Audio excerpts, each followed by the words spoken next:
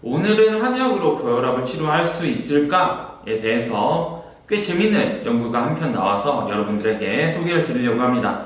발표드릴 연구는 미국의 심장학회에서 발표되고 있는 주요 약술진 서큘레이션지에 발표된 연구인데요. 임팩트 팩터가 23.6으로 거의 최근에 나온 한의학 논문 중에 있어서는 가장 좋은 학술지에 실렸다고 해도 과언이 아닌 연구입니다. 어떤 연구인지 저와 같이 한번 보도록 하시죠.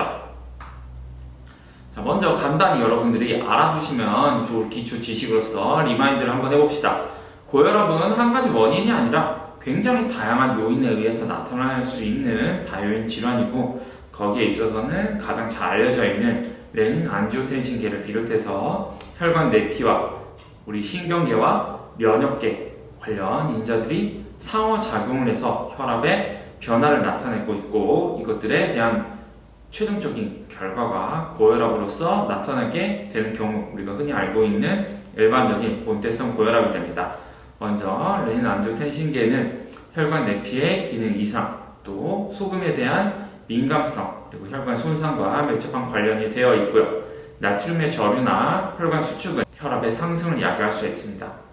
이와 같이 나트륨의 저류나 혹은 혈관의 수축을 이야기할 수 있는 것 같은 요인으로 우리 잘 알고 있는 교감신경의 흥분으로 인한 카테콜라민이 방출이 되고, 이로 인해서 신장에서 교감신경 활성이 증가하게 되고, 이로 인한 나트륨의 제압수가 증가하게 되는 그와 같은 요인들이 혈압 상승에 기여할 수도 있고요. 가장 잘 알려진 것처럼 말 그대로 국물 등을 통해서 나트륨을 과잉 섭취하게 되는 경우 역시도 혈압을 상승시킬 수가 있습니다. 그리고 비만에 의해서 나타날 수가 있는 대직세포의 치윈에 의한 나트륨 감수성의 증가로 인해서 혈압이 증가할 수 있고요. 그리고 염증 관련 인자들의 TH1 세포에 의한 혈압 증가에 기여를 할 수가 있습니다.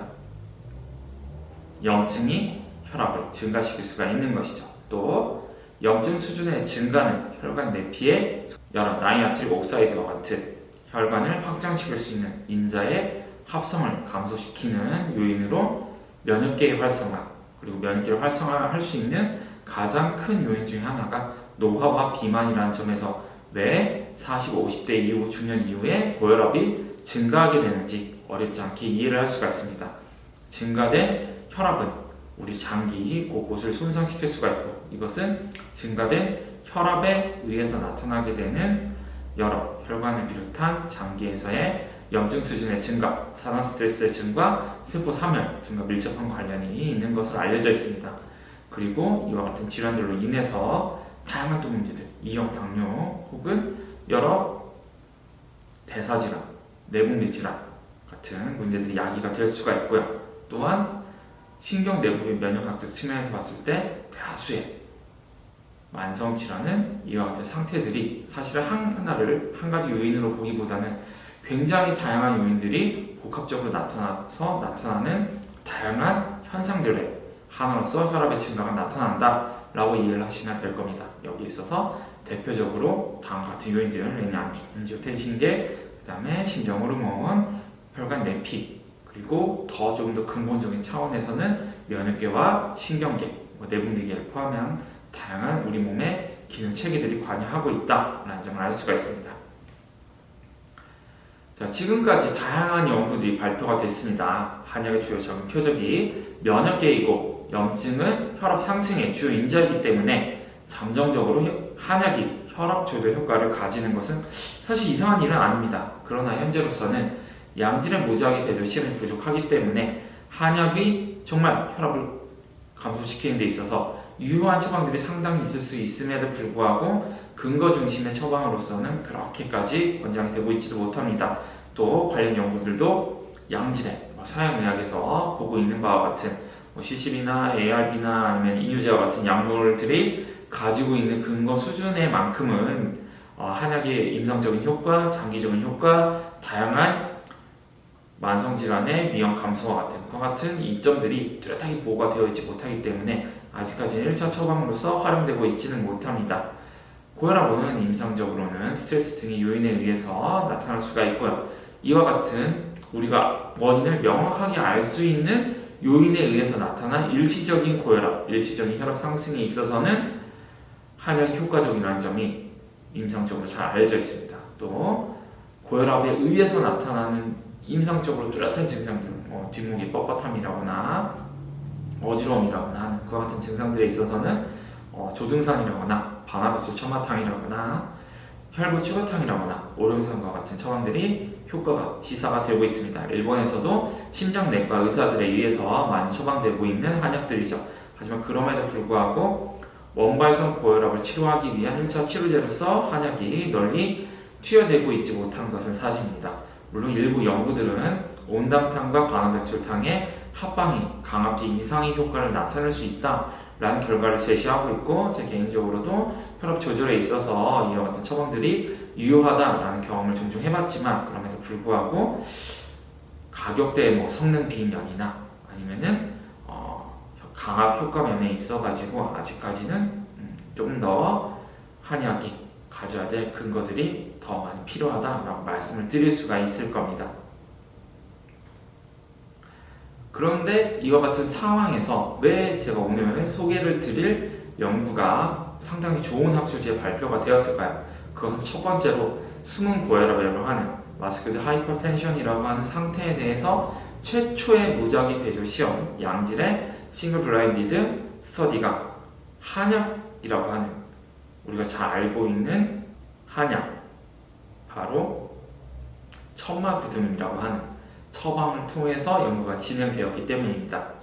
그 전에는 그냥 어떤 코호트 연구라거나 그와 같은 다소 근거 수준이 낮은 연구들을 통해서 이와 같은 숨은 고혈압 환자들에게 혈압 조절하는 것이 의미가 있을 것이다 라는 보고들이 있었지만, 직접적으로 숨은 고혈압에 있어서 한약을 떠나서 의약품의 효과를 검증한 무작위 대조 시험은 없었습니다. 그런데 특히 이 중국의 연구자들이 이런 점을 착안을 했는지는 모르겠지만 아마 여기에 대해서는 관련 연구들이 없는데 그걸 또 한약으로 근거를 창출하면 상당히 한약에 대한 인지도도 높일 수가 있고, 또 연구적인 측면에 있어서도 기존에 없던 연구이기 때문에 굉장히 의미 있는 연구가 될 것이다 라고 아마 생각을 했을 거라고 저는 생각이 듭니다. 이와 같은 요인에 의해서 임상시험이 진행이 되었다. 2014년에서 2016년까지 진행된 연구가 2020년에 발표가 되었습니다. 이 숨은 고혈압에 있어서는 토마스 피커링이라고 하는 분이 2002년에 학계에 처음 보고를 했습니다. 외래 진료에서는 정상이지만 일상생활에서는 고혈압의 상태로 혈압은 낮에 다소 높고 밤에 좀 떨어지는 경향이 있는데, 이 연구에서는 숨은 고혈압의 정의를 주간의 혈압이 135에서 150, 또 85에서 95 사이로 수축교 예언기 혈압에 이상이 나타난 상태를 정의를 하고 이 환자들을 대상으로 해서 한약을 투여했습니다. 여러 역학 연구들을 통해서 숨은 고혈압 환자들은 통상적인 고혈압에서와 마찬가지로 심혈관계 위험이 증가되어 있다는 게 알려져 있습니다만, 이와 같은 상태에 있어서 강압제를 사용할 때 무작위 대조 시험이 없다 보니까 이 약을 투여해야 되느냐 말아야 되느냐, 투여함이 이점이 어느 정도냐, 또 강압제에 의한 부작용 고려했을 때 강압제를 투여하는 게 좋은가 안 좋은가에 대한 명확한 지침이 없이 의사의 개인적인 판단에 의해서 약물이 투여되어 온 것이 사실입니다. 이 오른쪽 그림에는 여러 혈압에 대한 표준적인 진단 기준들이 나열되어 있죠. 진료실에서나 혹은 그냥 1차 외래에서나 아니면 가정에서 혈압을 재할 때 이 수치 이상인 경우에는 고혈압으로 진단을 할 수 있다라고 하는 2013년에 ESH와 ISSC가 공동으로 발간한 지침에서에 나온 혈압 관련 진단 기준입니다. 자, 그래서 이 연구는 간양 상황증에 해당되는 숨은 고혈압 환자를 대상으로 한 임상시험입니다. 제가 2014년에서 2016년까지 진행이 됐다고 말씀을 드렸는데, 사실 이 연구는 중단이 된 연구로 완전히 컴플리트 된 연구는 아닙니다. 왜냐하면은 이 연구는 사실 1차 목표로 보려고 하는 게 간양상황증에 해당되는 환자들에 있어서 천마구등 효과적인지를 또 보려고 했던 것 같은 목표가 있었는데, 연구 과정에서 간양상황증에 있어서 한약 효과는 차이가 없더라. 간양상황증 환자건 그렇지 않은 환자건 천마구등의 효과는 차이가 없었다라는 게 드러났기 때문입니다. 그래서 아마 중단이 된 것 같은데, 그럼에도 불구하고 숨은 고혈압이라고 하는 상태에 대한 천마구등음을 투여했을 때 효과를 잘 보여준 연구였기 때문에 다시 데이터를 정비를 해서 이와 같은 저널에 발표가 되었다라고 생각이 됩니다. 이 연구는 상해교통대학 루이진 병원이라고 하는 중국에서 네 번째로 좋은 병원에서 시행된 단일기관 싱글 블라인디드 임상 시험입니다. 기존 한약 연구가 굉장히 소규모 대상, 40명, 80명 이 정도 환자를 대상으로 해서 짧게 이렇게 임상 시험이 진행이 되고, 맹건법에 있어서도 제대로 표기가 안 돼 있고, 연구의 랜더마이제이션에 있어서도 어떻게 했는지도 잘 모르게 그렇게 보고가 이루어지고 있는 문제들이 있었는데, 이 연구는 그와 같은 단점들을 다수 보완을 한 양질의 임상 시험입니다. 연구 일환으로 간염 상황증에 대한 치료 반응을 보는 것도 역시 진행이 되었는데, 이 점은 실패를 했다고 제가 말씀을 드렸죠. 이 점은 뒤에서도 말씀을 드리겠지만, 과연 변증이 중요한가에 대한 어떤 중요한 통찰을 던져주는 연구라도 할 수 있을 겁니다. 어쨌든 이 연구는 251명의 환자를 대상으로 해서 4주간 한약을 투여해서 경과를 본 것입니다. 피험자의 특징을 보면은 천마구등음 복용 환자 126명, 그리고 위약 복용 환자 125명을 대상으로 했을 때 남성 비율이나 연령, BMI, 흡연력, 음주력, 당뇨 이완 여부, 그다음에 관련 치료 여부, 지질 강화제 처방을 받고 있는지, NSAID를 투여받고 있는지, 임상에서의 혈압은 어떤지 같은 다양한 요인들을 쭉 다 봤더니, 일단 한약 투여를 받는 환자들하고 무적 유화를 해서 한약 투여 혹은 미약 투여를 받는 환자들 간에는 의학적으로 차이는 없었다라는 점이 드러났습니다. 그리고 이 환자들에 있어서 2주 그리고 4주에 임상 투여가 진행이 됐는데, 그 결과를 본다고 한다면은 요 오른쪽 그림에도 잘 나와 있지만 2주 시점에 있어서는 주간이나 야간 모두에 있어서 한약 투여에 있어서 유의미한 효과는 나타나지 않았습니다. 그런데 4주 후에 관찰 결과 수축기와 확정기 혈압 모두에서 혈압이 뚜렷하게 감소되었다. 5.44, 3.39 감소 효과가 있었다라는 게 확인이 되었습니다. 이와 같은 효과는 어느 정도 기존의 강압제 효과를 고려하면은 충분히 용인될 수 있는, 임상적으로는 의미가 있는 혈압 강화 효과였죠. 실제로 보시면은 이 오른쪽에 가장 하단에 보시면은 4주 투여 후에 수축기 이완기 모두에 있어서 진료실 내에서 의사가 직접 관찰한 혈압은 이 환자들이 마스크드 된 환자들이기 때문에, 숨은 고혈압 환자들이기 때문에 진료실에서는 정상이었지만 외래에서 봤을 때는 수축기 이완기 모두 개선이 됐고, 야간 혈압에 있어서는 차이는 없었지만 주간 혈압에 있어서는 뚜렷하게 한약 투여, 천마구등 투여가 미약 투여에 비해서 혈압을 명확하게 감소시켰다라는 게 드러났습니다.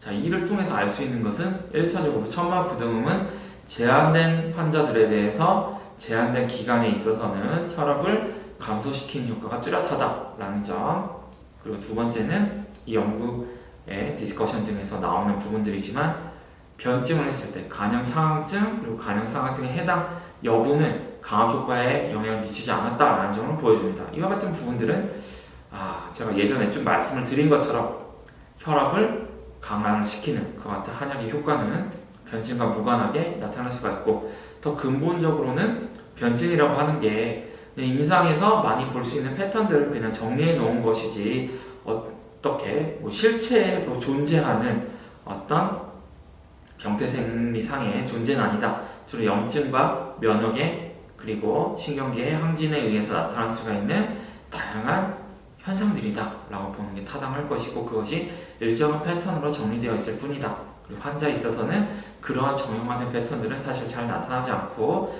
굉장히 복잡한 형태로 나타난다는 점이 오히려 이와 같은 변증이 사실은 존재하지 않을 것이다 라는 점을 시사한다. 그리고 변증 관련 연구들 역시도 뚜렷한 인사이트를 주지 못한다. 그리고 이와 같은 임상시험들에 있어서도 변증에 따라서 임상적인 효과 면에서 차이가 나지 않는다 라는 점들을 고려를 했을 때, 변증보다는 염증이나 면역, 신경계 이상이라고 하는 측면에서 한의학의 치료들을 재해석하고 한의학의 병태 생리를 현대 과학적 측면에서 바라볼 필요가 있다라는 점을 어떻게 보면 지지해주는 한 가지 근거가 될 수 있지 않나 라고 개인적으로는 이 연구의 의의를 받아들이고 있습니다. 또 한편으로 한약의 효과가 천천히 나타난다고 하는 점도 드러나죠. 물론 강압제에 있어서도 효과는 환자에 따라 다르게 나타날 수도 있지만 이 연구에 있어서는 청마부등은 2주 투여에 있어서는 뚜렷한 효과가 나타나지 않고 4주 정도 투여해야만 본격적으로 뚜렷한 임상적인 치료 효과가 미약에 비해서 저명하게 나타난다라는 점을 보여줍니다. 어떤 전통적인 격언인 한약의 효과는 천천히 나타난다에 대한 어떤 인사이트를 준다라고 할 수도 있겠죠. 자, 이 결과는 청마부등과 그리고 미약을 투여했을 때 일중의 데이타임의 수축기와 이완기 혈압의 차이를 보여줍니다. 뚜렷한 강압 효과를 나타낸 환자 비율을 봤을 때 각각 한약을 투여했을 때는 31.8%와 미약을 투여했을 때 20%, 그리고 한약을 투여했을 때 38.9%, 미약을 투여했을 때 29.6%로 뚜렷하게 한약이 혈압을 떨어뜨린 환자들이 많았다, 의미 있게 떨어뜨린 환자들이 많았다 라는 점을 보여줍니다. 이 그림을 다시 보여준다고 한다면은 혈압이 증가한 환자들, 혈압이 다소 떨어진 환자들의 비율을 쭉 이렇게 보여주고 있죠. 결과적으로 봤을 때 우리가 알고 있는 혈압의 변화에 있어서는 천마부등음이 플라시보에 비해서 유의한 효과를 나타낼 수 있다라는 점을 보여줍니다. 자, 이런 점을 본다고 하면은 적어도 제한된 측면에 있어서는 천마부등음이 효과적인 처방이 될 수 있다라는 점을 보여주죠. 이와 같은 결과들이 물론 다른 연구들을 통해서도 물론 지지되는 바는 있습니다. 이 얘기는 제가 이제 쭉 드리고 싶은 그 같은 얘기들이고요. 자, 천마부등음에 대해서 국내에서도 연구가 이렇게 메타 분석이 진행이 됐습니다. 천마부등음의 조성은 조구등, 두충, 산치자, 상기생, 석결명, 야귀 등 익원초, 복심, 천마, 천우슬, 황금 등으로 조성이 되어 있고요. 이 연구의 내용은 강기환 선생님을 비롯한 여러 연구자분들이 2018년에 한방내과지에 발표한 내용입니다. 이 연구를 보면 고혈압에 대한 천마부등음의 효과를 봤더니 중국에서 천마부등음과 ACI 이니비터에 대한 효과를 분석을 해봤더니 천마부등음과 캡토프릴의 병행 치료가 캡토프릴 단독 치료에 비해서 혈압을 뚜렷하게 감소를 시켰다라는 것을 보고를 하고 있는데 이 효과도 5.37, 4.85로 앞서서 본 바와 같은 4주 투여에 있어서 혈압 감소 효과와 유사하다는 점을 또 우리가 확인을 할 수가 있습니다. 또 천마부등음과 ACI 이니비터의 병행 투여가 수축기 및 이완기 혈압에 있어서 4.78, 4.31을 감소시켰다라고 보고하고 있는데 이 역시도 유사한 수준의 혈압 감소가 나타났음을 확인을 할 수가 있습니다. 또 다른 연구에서 천마부등음과 또 다른 ACI-II의 병행 투여에 있어서 뚜렷한 효과를 나타냈다라는 점을 보여줍니다. 다른 연구에 있어서는 가관방에 대한 연구도 있는데요. 천마부등음, 가관방과 칼슘 채널 블로커의 병용 투여가 단독 투여에 비해서 혈압, SMT를 유의하게 감소를 시켰다라고 보고를 하고 있습니다. 또 다른 연구자는 천마부등음 가관방과 항고혈압제 전반을 비교한 연구에서 한약 처방이 상대적으로 혈압 감소를 비롯한 다양한 임상적인 증상 개선 면에 있어서 단순 항고혈압제 투여에 비해서 유의한 효과를 나타냈다라고 보고를 하고 있습니다. 이와 같은 효과, 수축기 이완기에 있어서 5에서 4 mmHg 정도의 혈압 강화 효과가 의미가 있는지에 있어서는 각자 해석할 부분들도 있겠습니다만 코크란에서 로사르탄에 대한 ARB에 대한 연구를 봤더니 양질의 임상시험을 봤더니 수축기 8 이완기에서는 5 정도의 강화 효과가 있었다라고 보고를 하고 있습니다. 한약의 효과가 어느 정도 임상적으로는 인정할 수 있을 정도의 혈압 강화 효과가 있다라는 점을 시사를 하죠. 그래서 이 강기환을 비롯한 여러 연구자분들은 천마부등음이 충분히 고혈압에서 활용 가능한 약제라고 그 결과를 시사하고 있습니다. 이와 같은 결과들은 제가 앞서 보여드렸던 숨은 고혈압 환자들에 있어서 천마부등음의 효과에 대한 연구들과 부합한 부분들이 있고 한약을 통해서 뚜렷한 혈압 조절 효과를 나타낼 수 있는 하나의 근거로 삼을 수가 있다라고 말씀을 드릴 수가 있을 겁니다. 물론 장기적으로 한약의 안전성에 있어서도 더 많이 지금 필요할 것이고, 이와 같은 강압 효과 외에도 한약이 가지고 있는 다양한 염증 조절 효과가 있기 때문에 그를 통해서 추가적인 장기 손상 예방 효과가 어쩌면은 단순한 강압제에 비해서도 더 클 가능성이 있습니다. 이에 있어서는 앞으로 더 많은 연구가 진행이 되어야겠죠. 어쨌거나 지금까지 미국 서큘레이션지에 발표된 한약을 통한 숨은 고혈압 환자에 있어서 치료 효과에 대한 임상시험의 결과를 간단히 살펴보고 그에 대한 의의를 살펴봤습니다. 이 연구가 앞으로도 더 이와 같은 연구들이 많이 발표가 돼서 양질의 학술지에 한약 연구들이 많이 발표되는 또 다른 기폭제가 됐으면 좋겠습니다. 지금까지 강의 들어주셔서 대단히 감사합니다.